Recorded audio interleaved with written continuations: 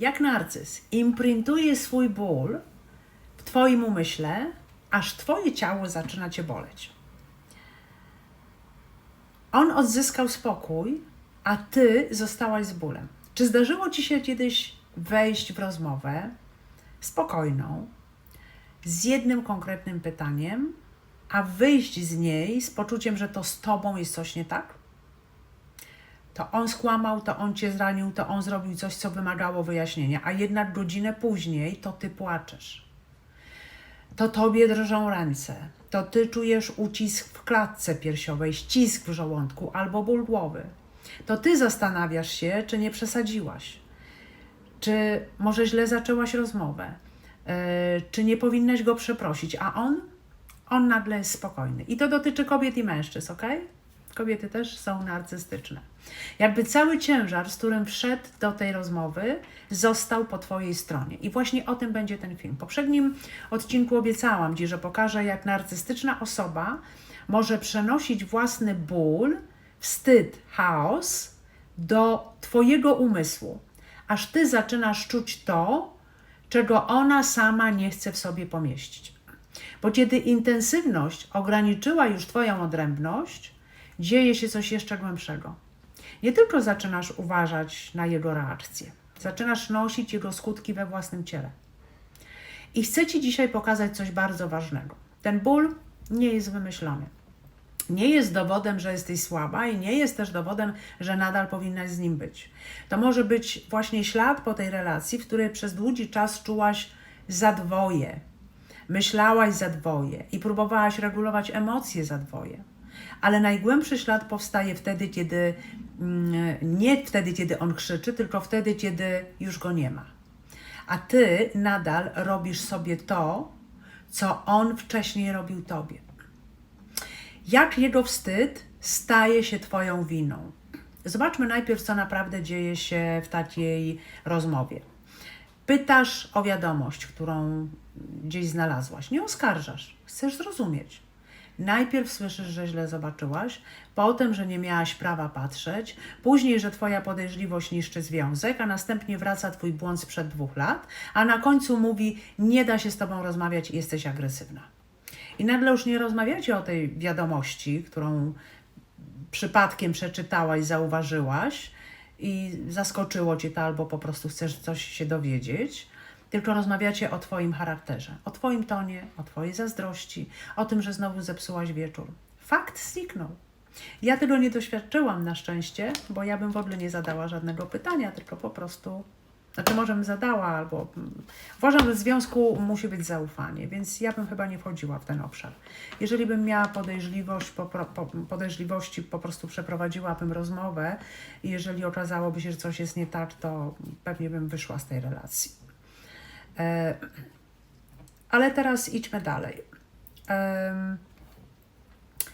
I teraz, ale mówicie mi o tym, więc piszecie mi o tym, dlatego opowiadam te sytuacje, jak one działają.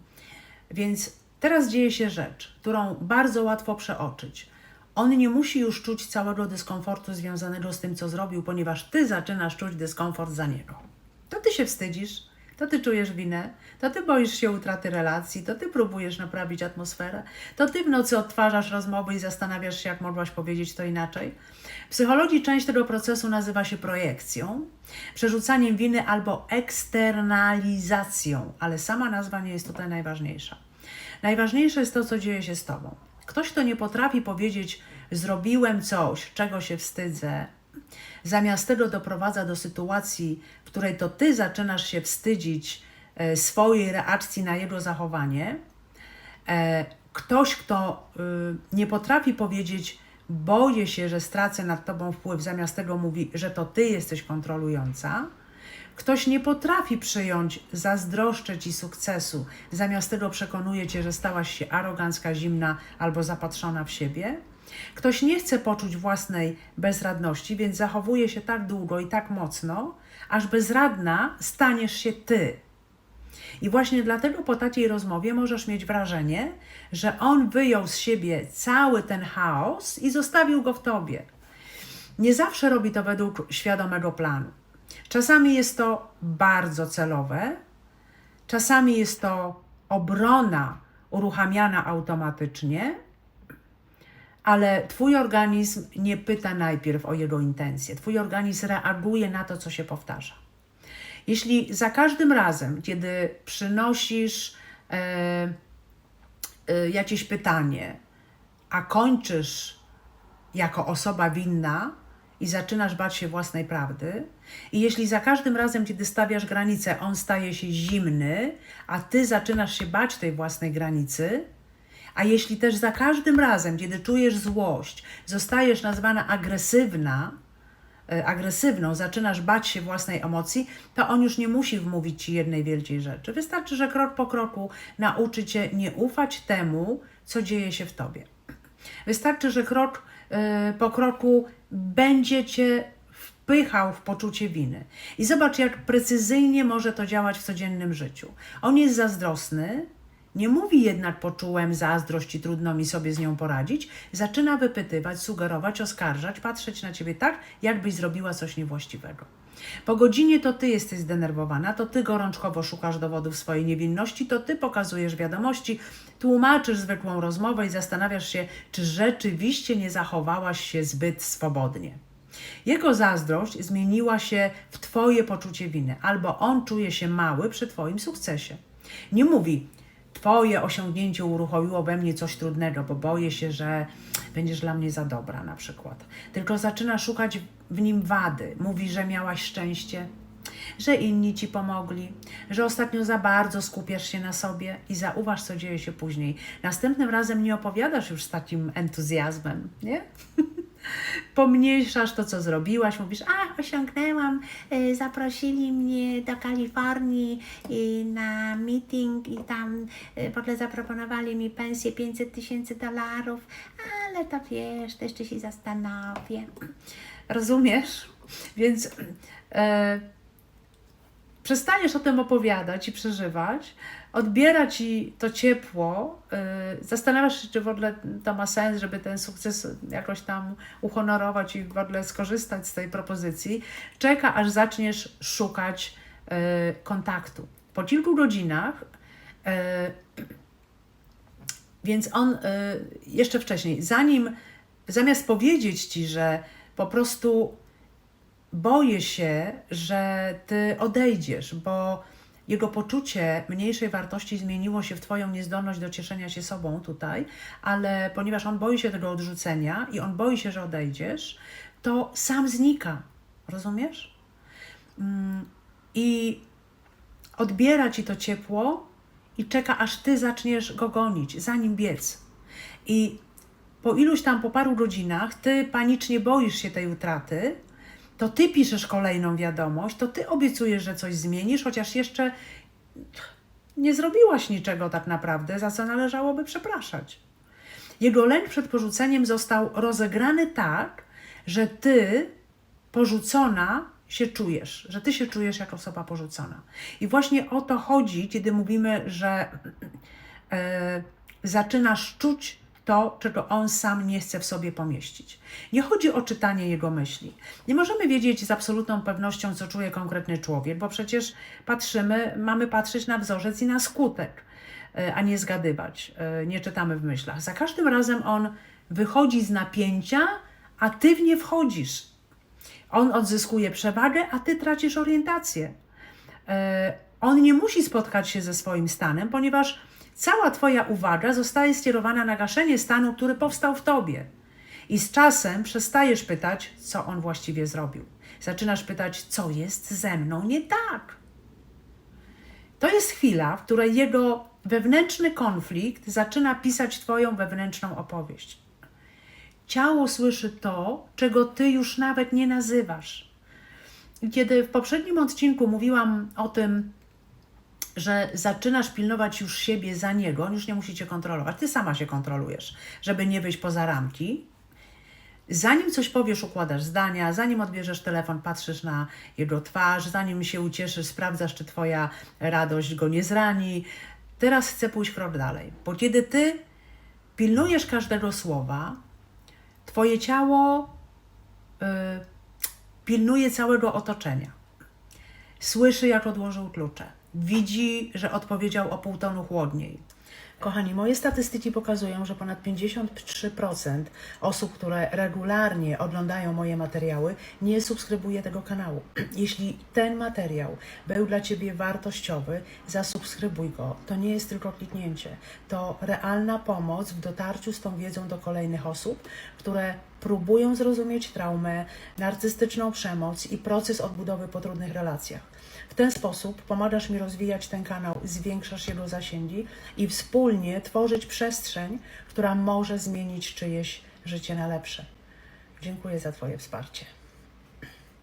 Kiedy Twoje ciało rozpoznaje ten szczególny rodzaj ciszy, po którym zwykle zaczyna się kara, sprawdza, czy patrzy Ci w oczy, przewiduje, czy dzisiaj możesz powiedzieć o swoim sukcesie, czy lepiej go pomniejszyć, być może z zewnątrz nic wielkiego się nie dzieje.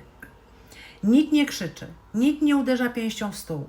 On tylko wstał, nie wiem, wszedł do domu i po prostu przestał się odzywać. Albo wstał od stołu, po prostu przestał się odzywać. Ale Twoje ciało zna już dalszy ciąg. Wie, że za chwilę może rozpocząć się przesłuchanie.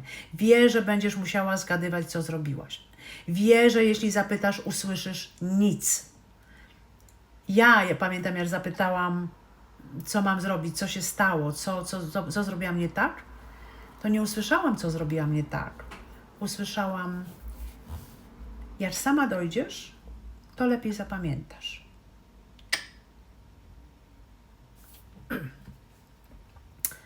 Więc on wie, że jeśli zapytasz, później usłyszysz, że w ogóle Ci nie zależy.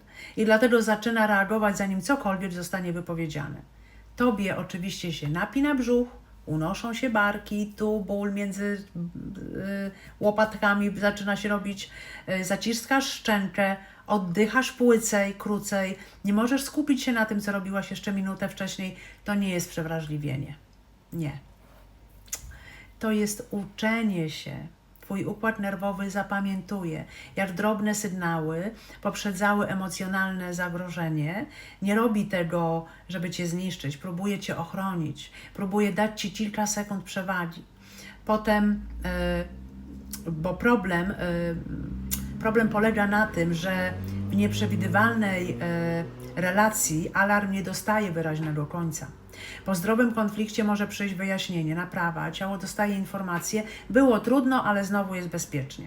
A w relacji, w której odpowiedzialność jest stale odwracana, mówiłam o metodzie Darvo w jednym filmie, wyszukajcie sobie na YouTubie, czym jest metoda Darvo, wpiszcie słowo Darvo, D-A-R-V-O, będziecie wiedzieli, o co chodzi. Ty nigdy nie wiesz, czy naprawdę jest już po wszystkim. Może dziś jest ciepły, ale nie wiesz dlaczego. Może jutro wykorzysta przeciwko Tobie to, co powiedziałaś w zaufaniu. Może wróci do tej samej sprawy po tygodniu i udowodni Ci, że nadal masz jakiś dług wobec niego. Twoje ciało nie może więc zamknąć tej reakcji, bo pozostaje w stałej gotowości. I tutaj neurobiologia mówi coś bardzo ważnego. Bo bliska relacja nie istnieje wyłącznie w słowach i w myślach. Ludzie wzajemnie wpływają na swoje pobudzenie. Odczytujemy ton, twarz, ruch, dystans, dotyk, przewidywalność bądź jej brak.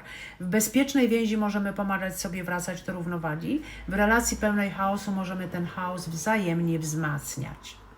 Bo rodzą się w nas stany lękowe po prostu. No tak oczywiście w uproszczeniu. To nie jest termin medyczny teraz, którego używam jako stan lękowy, ok? Naukowcy obserwują u par fizjologiczne dostrojenie. Zmiany pobudzenia jednego partnera mogą współwystępować ze zmianami u drugiego.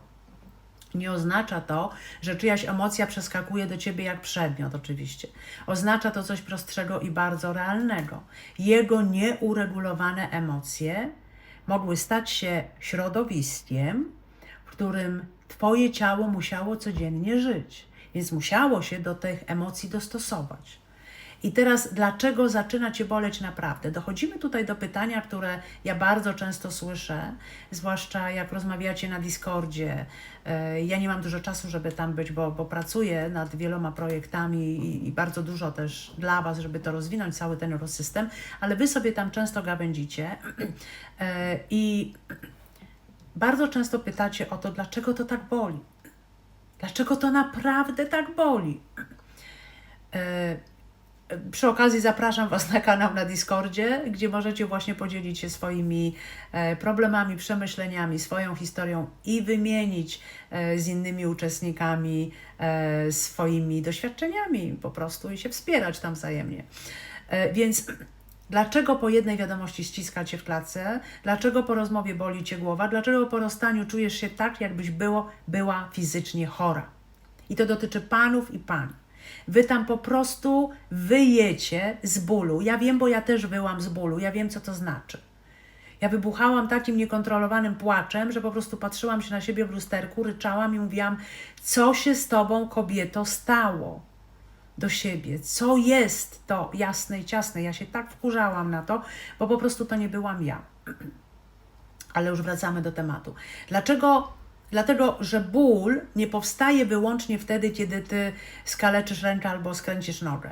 Ból jest doświadczeniem tworzonym przez Twój układ nerwowy. Bierze pod uwagę to, co dzieje się w ciele, ale również sen, napięcie mięśni, pamięć, emocje, kontekst i przewidywanie zagrożenia. I pamiętajcie, że my mamy nerw błędny wychodzący z pnia mózgu, rozchodzący się na całe ciało i on w prawie 90, 80, 90% odbiera bodźce z zewnątrz i przesyła je do mózgu, a w zaledwie w tych na 100% wysyła z mózgu do ciała. Więc wszystko, co dzieje się w zewnątrz i w naszym otoczeniu, wpływa na nerw błędny, a on jest najważniejszym w naszym układzie nerwowym. Dlatego tak ważne jest nasze otoczenie i to, co robimy ze sobą, ze swoim ciałem, jak o nie dbamy po takich trudnych relacjach. I pamiętajcie, bo to nie znaczy, że to wszystko jest w Twojej głowie. To znaczy, głowa i ciało nigdy nie były dwoma oddzielnymi światami. Więc pamiętamy o tym, tak? Kiedy tygodniami źle śpisz, bo czekasz, jak się zachowa, czy wróci i tak dalej. Kiedy codziennie zaciskasz szczękę, nie wiem, w napięciu, ze zdenerwowania, bo boisz się kolejnej rozmowy. Kiedy żołądek reaguje na każdą zmianę jego tonu, a reaguje, nawet jak tego nie czujesz. Kiedy mięśnie nie dostają sygnału, że mogą się rozluźnić, kiedy jedno powiadomienie uruchamia nagły alarm, organizm ponosi realny koszt.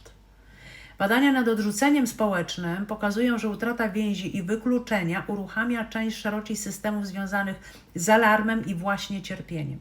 Nie złamane serce nie jest neurologicznie tym samym, co złamana noga, ok? Ale odrzucenie nie jest dla człowieka obojętne biologicznie. Ja mogę Wam o tym tak mówić, bo mówię to do osób po tych przeżyciach. Natomiast do osób, które tego nie doświadczyły, powiedziałabym, ten ból złamanego serca to jest dosłownie ból, jakby Ci urwało nogę. Rozumiesz? Bo tylko te osoby, które to przeżyły i doświadczyły, wiedzą, co to znaczy i co to jest. Ta więź oznaczała bezpieczeństwo, tak? Utrata więzi może więc uruchomić w ciele prawdziwe zagrożenie, ucisk, ciężar, drżenie, zmianę apetytu, bezsenność, zmianę Twojego zapachu, duszności, napięcie i ból całego ciała. Głowy, poszczególnych partii ciała, to jest okropne. Do tego dochodzi przewlekły stres, bo jeszcze jak Cię wszystko boli, to jeszcze się stresujesz tym, że Cię boli. W nagłym zagrożeniu ciało czasami tłumi ból, żebyś mogła działać. To jest dla przetrwania. Dlatego podczas awantury możesz jeszcze funkcjonować całkiem dobrze. Możesz się zacząć pakować, możesz prowadzić samochód, możesz zadzwonić po pomoc, możesz przez całą noc wytrzymać na nogach, ale później wszystko puszcza. I nagle boli Cię dosłownie każda komórka Twojego ciała. To nie znaczy, że ból pojawił się znikąd, bo przez długi czas Twój organizm miał ważniejsze zadanie, przetrwać to, co dzieje się teraz, tak? I dopiero kiedy mobilizacja opada, możesz poczuć jej koszt. Przy długotrwałym stresie system bólowy może również stać się mniej elastyczny. Może gorzej hamować sygnały albo reagować na nie mocniej. Nazywa się to m.in. zwiększoną wrażliwością bólową lub sensytyzacją. O, jakie piękne słowo. Nie trzeba zapamiętywać tej nazwy, nie o to chodzi. Wystarczy zrozumieć jedno. System ochronny, który zbyt długo musiał być czujny, może zacząć chronić Cię zbyt mocno. Wtedy ból jest prawdziwy, nawet jeśli jedno badanie nie pokazuje całej przyczyny tego. W jednym z badań kobiet, które odeszły od przemocowych partnerów, ponad 1/3 doświadczyła bólu tak silnego, że ograniczał codzienne funkcjonowanie. Wyobrażacie sobie? U mnie to się zdarzyło jeszcze w trakcie trwania relacji. Ja nie mogłam zrobić kroku. Miałam zapalenie powięzi całego, czyli powięź to jest taka tkanka otaczająca układ nerwowy i on prowadzi od góry do samego dołu, do stóp. Ja nie mogłam zrobić kroku. Było to zdiagnozowane jako zapalenie powięzi i zapalenie rozcięgna podeszwowego. A to było wszystko po prostu totalnie spięte i obolałe. Jeżeli ten materiał pomógł Ci spojrzeć na swoją sytuację z innej perspektywy, zapraszam Cię na egoexplain.com.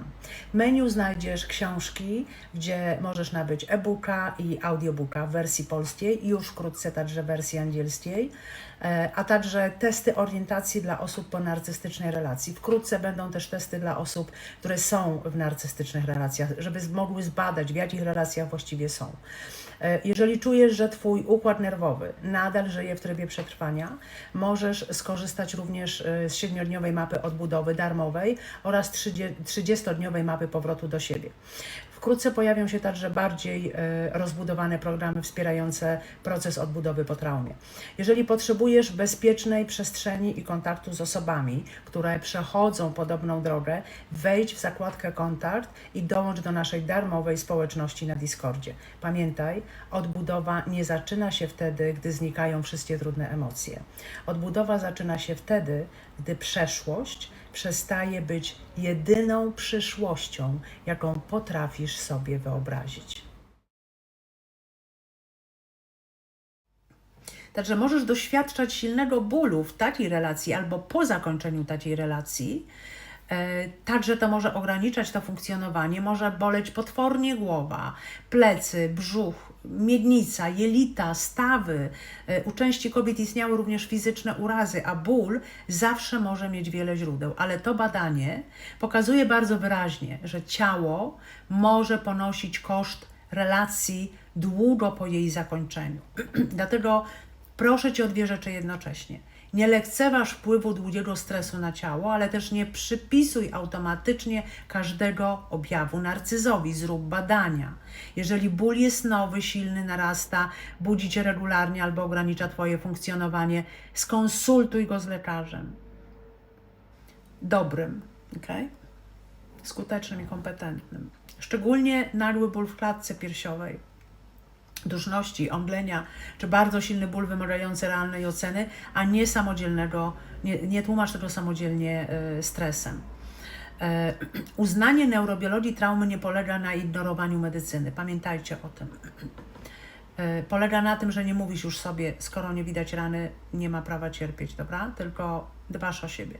Więc dlaczego po rozstaniu może boleć jeszcze bardziej? Wiele osób spodziewa się, że kiedy z narcystyczną osobą się rozstanie, to ciało natychmiast poczuje ulgę. Czasem ją czuje, ale czasem dzieje się coś zupełnie odwrotnego. Dopiero po rozstaniu nie możesz wstać z łóżka. Dopiero wtedy zaczynają się migreny. Dopiero wtedy zaczynają się bóle, trudności ze snem. I myślisz, jak to możliwe? Przecież najgorsze już się skończyło. Tak, sytuacja mogła się skończyć, ale ciało nie dostaje nowej mapy w chwili, w której Ty zamykasz za kimś drzwi.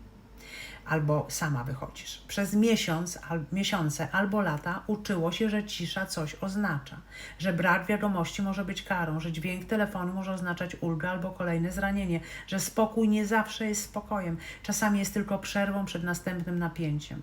Po rozstaniu tych sygnałów jest mniej, ale Twój system nadal ich szuka. One są na innym poziomie natężenia, ale Ty budzisz się w nocy. Napina się ciało przy podobnym samochodzie, jak widzisz. Reagujesz na zapach perfum, miejsca, piosenkę, sposób, w jaki ktoś wypowiada jedno zdanie. Nie dlatego, że świadomie chcesz wrócić. Dlatego, że Twój organizm nadal próbuje przewidzieć to, przez co długi czas było coś nieprzewidywalnego. I jest jeszcze jedna rzecz. W relacji musiałaś działać. pilnować atmosfery. Tłumaczyłaś, przepraszałaś, sprawdzałaś, czekałaś. Próbowałaś odzyskać człowieka, którego pamiętasz z lepszych czasów. Po rozstaniu ta praca nagle się kończy, nie ma już kogo uspokajać, ale cała energia, która była skierowana na tę osobę, nie wraca natychmiast do ciebie. Najpierw może pojawić się pustka. Och, ta pustka jest ogromna. Ogromna. Ja pamiętam, jak stałam w kuchni i był spokój, był piękny poranek. Przygotowywałam sobie śniadanie i czułam, jakby lew ryczący stał za mną i chciał mnie pożreć. Czułam tak potworny lęk i stałam i mówiłam do siebie: jest dobrze, jesteś bezpieczna, jest spokój, wszystko jest w porządku, masz zabezpieczenie, wszystko jest okej. I sobie to powtarzałam i tłumaczyłam, ale ten palący lęk na plecach był naprawdę potwornie ciężki, nie do zniesienia. Bardzo dużo wtedy chodziłam, próbowałam wręcz jakby uciec od tego stanu lękowego, ale pod pustką, którą możesz też doświadczyć, jest wszystko to, na co wcześniej nie było czasu. Jest zmęczenie, które wreszcie przyszło do ciebie po długim czasie tej relacji. Jest złość, jest żal, jest wstyd, ból i te wszystkie emocje mogą się mieszać ze sobą. I na początku i później przychodzą fale, bo mówicie o tym, ja też te fale miałam. I już mi się wydaje, że czuję się dobrze, super, już fantastycznie. Następnego dnia albo za parę godzin po prostu jest zjazd, totalny zjazd. I nie miałam z kim porozmawiać, znaczy no miałam przyjaciół, ale przecież ileż można komuś opowiadać o swoich problemach, no trzeba wziąć odpowiedzialność za to, tak? I radzić sobie z tym samodzielnie, więc ja oczywiście miałam przyjaciół, ale też nie mogłam ich tak obarczać. Dlatego jest ten kanał na Discordzie, kochani. Zapraszam Was tam, na Ego Explain, w zakładce kontakt. Wejdźcie na kanał Discorda, możecie tam dołączyć do darmowej społeczności osób, które przeszły podobne doświadczenia i wspieracie się tam wzajemnie i macie różne pogawędki. Dlatego czasami ciało rozpada się nie wtedy, kiedy jest najbardziej zagrożone, ale wtedy, kiedy po raz pierwszy może przestać udawać, że daje radę. Rozumiesz? To nie jest cofnięcie, to nie jest dowód, że bez niego jesteś jakaś słabsza. To może być moment, w którym rachunek za przetrwanie wreszcie staje się widoczny. Dlaczego teraz on wygląda dobrze, a ty czujesz wszystko? I tu pojawia się jeszcze pytanie, które potrafi rozrywać człowieka od środka. Dlaczego ja tak cierpię, a on wygląda, jakby nic się nie stało? Ty nie śpisz, nie możesz jeść, albo nie możesz przestać jeść, nie masz siły pracować, bolą cię plecy, brzuch, głowa, a on publikuje zdjęcia, wychodzi, uśmiecha się, gdzieś wyjeżdża, bawi się, być może już buduje nową relację, a ty zaczynasz myśleć, że to ty przegrałaś. Jest na ten temat też film na moim kanale. Ale spójrz na to inaczej. Przez bardzo długi czas to ty wykonywałaś emocjonalną pracę za dwoje, to ty analizowałaś, co się wydarzyło, to ty przewidywałaś wybuch, to ty łagodziłaś konflikt, to ty brałaś winę, ponieważ jeśli wina była twoja, nadal mogłaś coś naprawić. To ty tłumaczyłaś jego zachowanie przeszłością, lękiem, stresem, trudnym dzieciństwem albo zranieniami. On mógł zmniejszać własne napięcia inaczej. Zaprzeczyć, zaatakować, wycofać się, obwinić się, stworzyć nową opowieść albo znaleźć nową osobę, przy której znowu poczuje się dobrze. Uważajcie, te osoby wysoce narcystyczne bardzo często mają... Ja nagram na ten temat bardziej jeszcze mocniejszy film, bardziej głębszy w sensie, ale powiem Wam krótko, są megalomanami bardzo często. Oni konfabulują, po prostu wymyślają historie niestworzone i przypisują je sobie, że to było w ich życiu. Ja słyszałam na przykład, że ta osoba skończyła psychologię. Nie skończyła, przerwała na 3. roku, ale świetnie zna psychologię i może mi w wielu aspektach psychologicznych doradzać.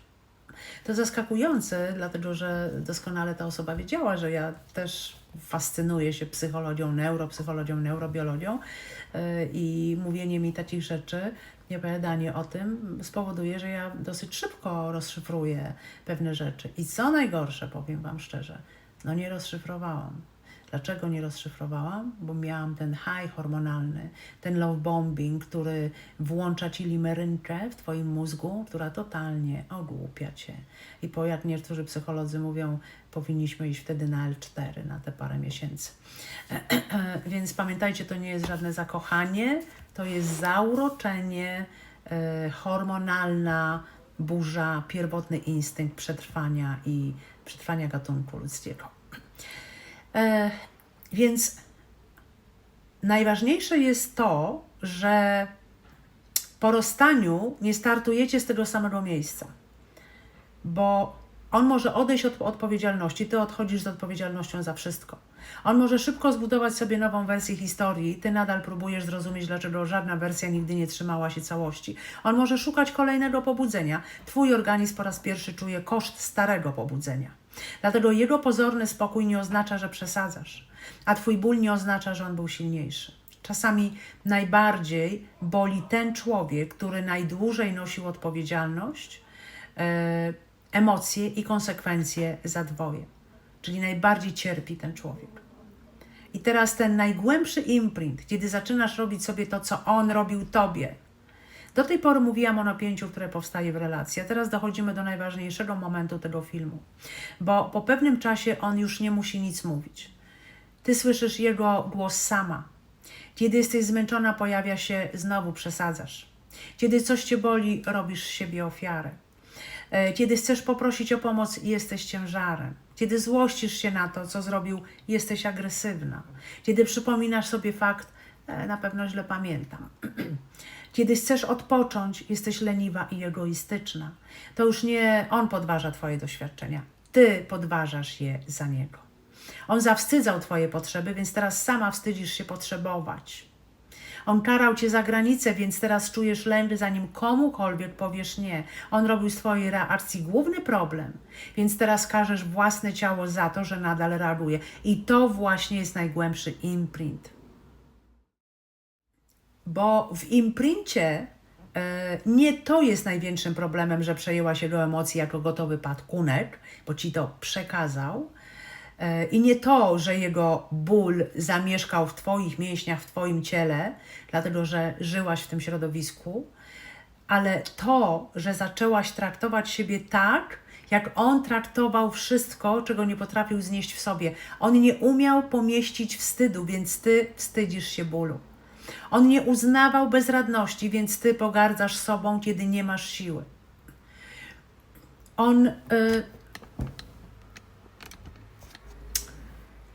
On nie przyjmował odpowiedzialności, więc ty przyjmujesz zbyt dużo. On nie potrafił wytrzymać chaosu, więc ty próbujesz uporządkować każdą rozmowę po 100 razy.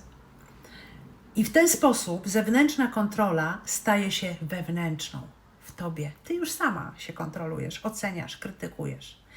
I jego już nie ma, ale twoje życie nadal układa się wokół jego możliwej oceny.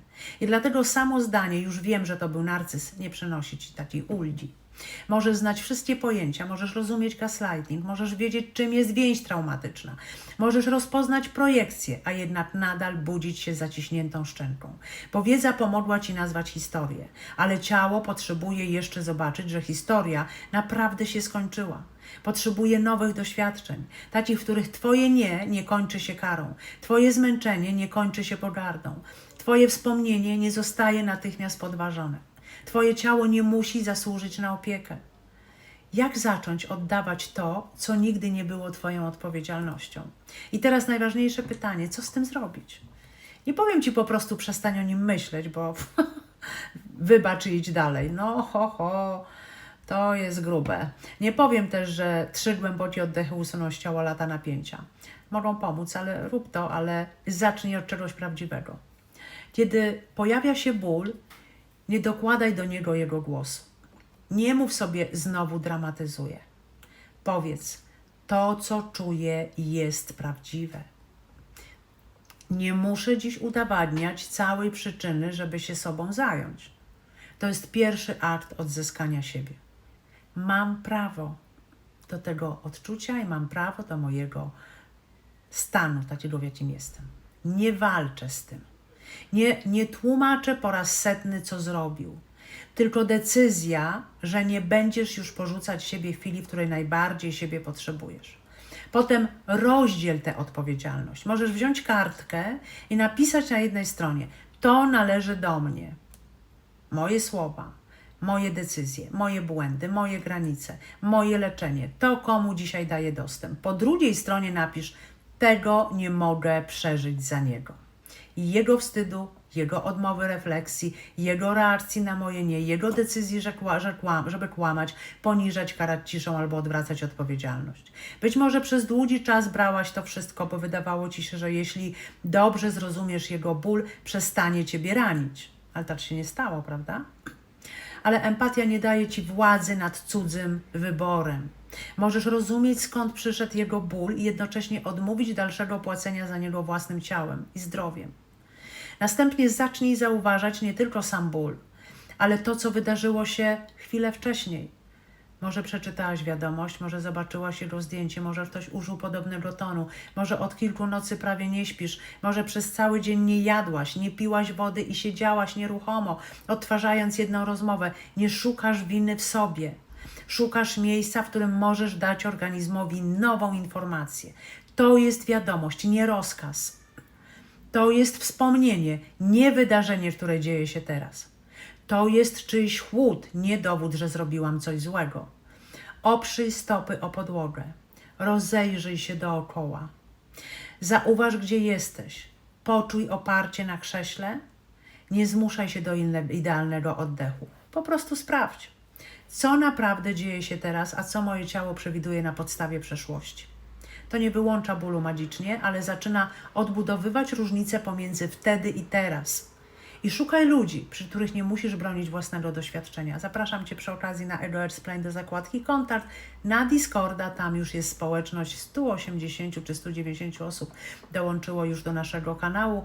Zapraszam Cię, tam możecie sobie pogawędzić z osobami, które doświadczyły tak toksycznych relacji. Więc jednej rozmowy, w której ktoś nie mówi Ci, co powinnaś czuć. Jednego miejsca, w którym możesz powiedzieć nie wiem i nie zostać zawstydzona. Jednej relacji, w której Twoje nie odbiera Ci ciepła. Skoro relacja mogła nauczyć ciało alarmu, bezpieczna relacja może krok po kroku przypominać mu spokój. To może być przyjaciółka, terapeuta, grupa wsparcia, lekarz, który traktuje objawy poważnie, człowiek, którym nie musisz zasługiwać na łagodność. I wreszcie zacznij wykonywać małe akty odrębności. Nie musisz od razu zmieniać całego życia. Wybierz coś bez pytania o pozwolenie. Odpocznij, zanim wszystko zostanie zrobione. Powiedz krótkie nie mogę bez 5 akapitów uzasadnienia. Nie sprawdzaj natychmiast, czy ktoś się obraził. Za pierwszym razem ciało może zareagować lękiem i to jest bardzo ważne. Lęk po postawieniu granicy nie zawsze oznacza, że granica była zła. Czasami oznacza, że dawna odrębność miała bardzo wysoką cenę. Jeżeli każda wiadomość od tej osoby uruchamia kilka dni bólu, bezsenność i chaos, kontakt nie jest neutralny. Ogranicz kanały kontaktów, tylko do koniecznych, albo najlepiej usuń w ogóle. Wszystko zależy od Twojej sytuacji. Jeżeli są dzieci, zależność finansowa, przemyśl to, zaplanuj, tak żebyś miała ten kontakt ograniczony najbardziej jak się da. Więc odzyskanie głosu nie zawsze zaczyna się od powiedzenia mu wszystkiego. Pamiętaj, nie o to też chodzi. Zaczyna się od tego, że przestajesz tłumaczyć siebie komuś, kto używał każdego wyjaśnienia jako kolejnego wejścia do Twojego układu nerwowego. Twoje ciało nie zdradziło Ciebie, pamiętaj. Być może przez długi czas myślałaś, że jesteś po prostu słaba, że sobie nie radzisz. Nie. No bo kiedy ktoś po konflikcie potrafił zasnąć, a Ty całą noc drżałaś, możesz myśleć, że jesteś przewrażliwiona, bo po jednej wiadomości Cię coś bolało, że nadal kochasz, bo po rozstaniu ściskało Cię w klatce piersiowej, że coś jest z Tobą nie tak, skoro ciało reaguje, chociaż rozum zna już prawdę. Nie! Twoje ciało Cię nie zdradziło. Przez długi czas próbowało przewidywać środowisko, w którym bliskość mogła w jednej chwili zmienić się w karę. Uczyło się tonu, ciszy, twarzy, powiadomień, tego, co zwykle następowało po Twoim nie. Pracowało Twoje ciało bardzo, bardzo ciężko, kiedy druga osoba nie chciała wykonać własnej pracy emocjonalnej. Narcyz nie włożył do twojego ciała swojego bólu jak przedmiotu, ale mógł stworzyć relację, w której jego nieprzeżyty ból stał się twoim codziennym obciążeniem. Jego wstyd stał się twoim poczuciem winy. Jego lęk przed utratą wpływu stał się twoją nadmierną czujnością. Jego chaos stał się twoją potrzebą nieustannego analizowania. Jego odmowa odpowiedzialności stała się twoim napięciem, bezsennością i próbą naprawienia wszystkiego, a twój układ nerwowy wytworzył prawdziwy ból, próbując cię chronić, żebyś wreszcie odpoczęła, położyła się, odpoczęła i zadbała o siebie, czy zadbał o siebie. I wiesz, dlaczego to rozróżnienie jest ważne? Bo ono daje ci wpływ. Jeżeli ból nie jest obcą substancją, której nie można z ciebie wyjąć, możesz krok po kroku zmieniać warunki, w których żyje twój organizm. Możesz leczyć to, co wymaga leczenia. Ograniczać to, co podtrzymuje alarm. Odbudować sen, ruch, wsparcie i granice. Przestać karać siebie za to, że przetrwanie miało koszt. Nie musisz oddawać swojej empatii, żeby przestać nosić cudzy ból. Nie musisz udowadniać, że on cierpi, żeby uznać, że ty cierpiałaś. Więc nie musisz już regulować jego świata własnym ciałem. I nie musisz dostać od niego przyznania się do winy, żeby uwierzyć własnemu ciału. Jeżeli ten film nazwał coś, czego wcześniej nie potrafiłaś wyjaśnić, nie potrafiłeś, napisz w komentarzu: nie będę już nosić bólu za twoje. Jeżeli znasz osobę, która po trudnej relacji słyszy, że wszystko ma w głowie, chociaż ciało jej mówi, że wydarzyło się coś ważnego, wyślij jej ten materiał. A w następnym odcinku pokażę ci, dlaczego nie możesz przestać o nim myśleć, chociaż znasz już prawdę. Bo kiedy ciało nauczyło się przewidywać drugiego człowieka, umysł może nadal odtwarzać rozmowy, szukać brakującej odpowiedzi i próbować logicznie domknąć historię, która nigdy nie była logiczna. To nie zawsze jest tęsknota za nim. Czasami to umysł, który nadal próbuje odzyskać bezpieczeństwo przez rozwiązanie zagadki. I właśnie tym zajmiemy się w kolejnym odcinku serii Wybrał Ciebie, a teraz Ty wybierz siebie. Od iluzji do siebie samej. Dbajcie o siebie, kochani.